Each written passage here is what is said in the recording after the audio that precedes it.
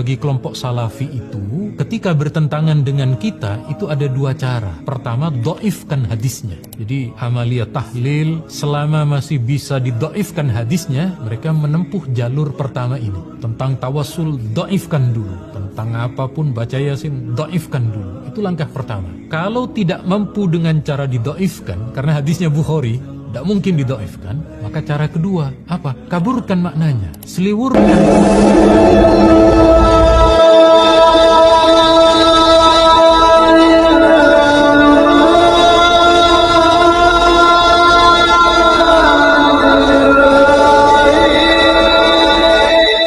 Assalamualaikum warahmatullahi wabarakatuh. Bismillah, alhamdulillah. Assalatu wassalamu ala rasulillah wa ala alihi wa sahbihi wa man tabi'ahu wa mawala wa la hawla wa la quwata illa billah, amma ba'du. Sahabat Cahayati yang dirahmati oleh Allah, alhamdulillah di kesempatan kali ini kita jumpa kembali di channel YouTube kami Cahayati 80. Mudah-mudahan kita senantiasa mendapatkan ridho dan inayahnya, mendapatkan rahmat dan taufiknya, dimudahkan urusannya dan dilancarkan rezekinya. Amin ya rabbal alamin.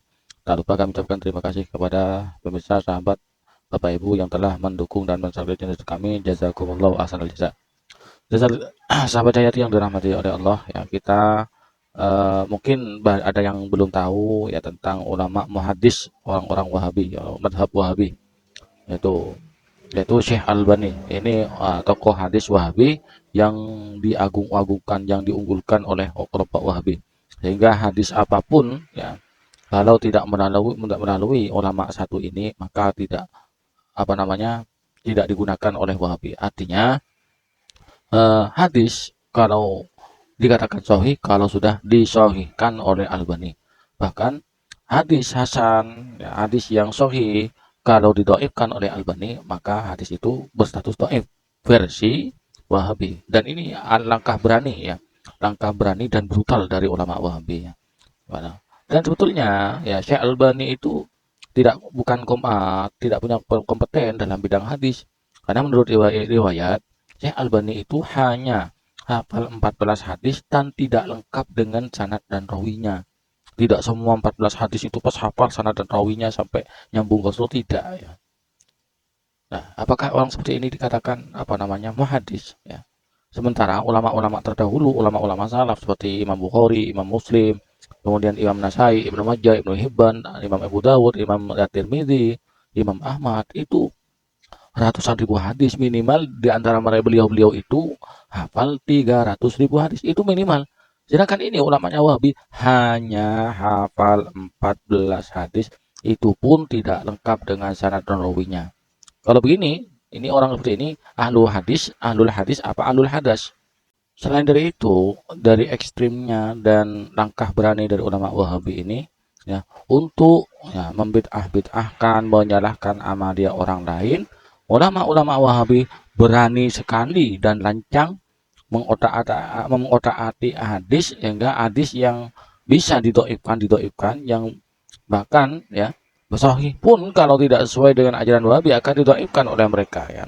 Berikut ada pemaparan dari Kiai Haji Ma'ruf Hozin selaku pengelola NU Online, NU Online, akan memaparkan trik-trik licik dan langkah berani dan brutal dari ulama Wahabi untuk memelintir dan menyeleweng-nyelewengkan hadis Nabi Muhammad SAW. Mari kita simak videonya. Bagi kelompok salafi itu, ketika bertentangan dengan kita, itu ada dua cara. Pertama, do'ifkan hadisnya. Jadi, amaliyah tahlil, selama masih bisa dido'ifkan hadisnya, mereka menempuh jalur pertama ini. Tentang tawassul, do'ifkan dulu. Tentang apapun, baca yasin, do'ifkan dulu. Itu langkah pertama. Kalau tidak mampu dengan cara dido'ifkan, karena hadisnya Bukhari, tidak mungkin dido'ifkan, maka cara kedua, apa? Kaburkan maknanya. Seliwurkan pemahamannya. Itu cara kedua itu. Contohnya tentang tawassul riwayat Imam Tirmidzi, ketika Rasulullah mengajarkan tentang Allahumma inni atawassalu ilaika binabiyika nabi rahmah, itu jangankan Syekh Albani, Syekh Ibnu Taimiyah tidak bisa mendoifkan itu. Maka dikaburkan maknanya. Itu bukan Nabi yang mengajarkan tawassul, tapi Nabi yang mendoakan. Kata mereka begitu.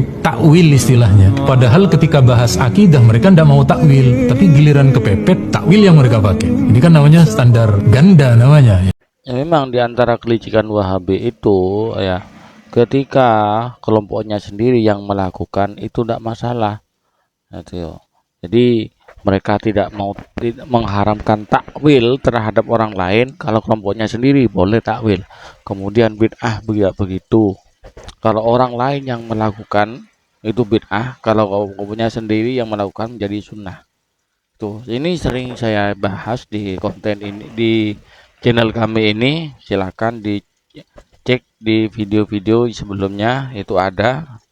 Dan mudah-mudahan video yang kami persembahkan pada kesempatan kali ini bermanfaat, menjadi tambahan wawasan dan pengetahuan, dan jadi edukasi bagi umat Islam, khususnya masyarakat awam. Mungkin hanya ini yang dapat kami sampaikan. Kurang lebihnya mohon maaf. Assalamualaikum warahmatullahi wabarakatuh.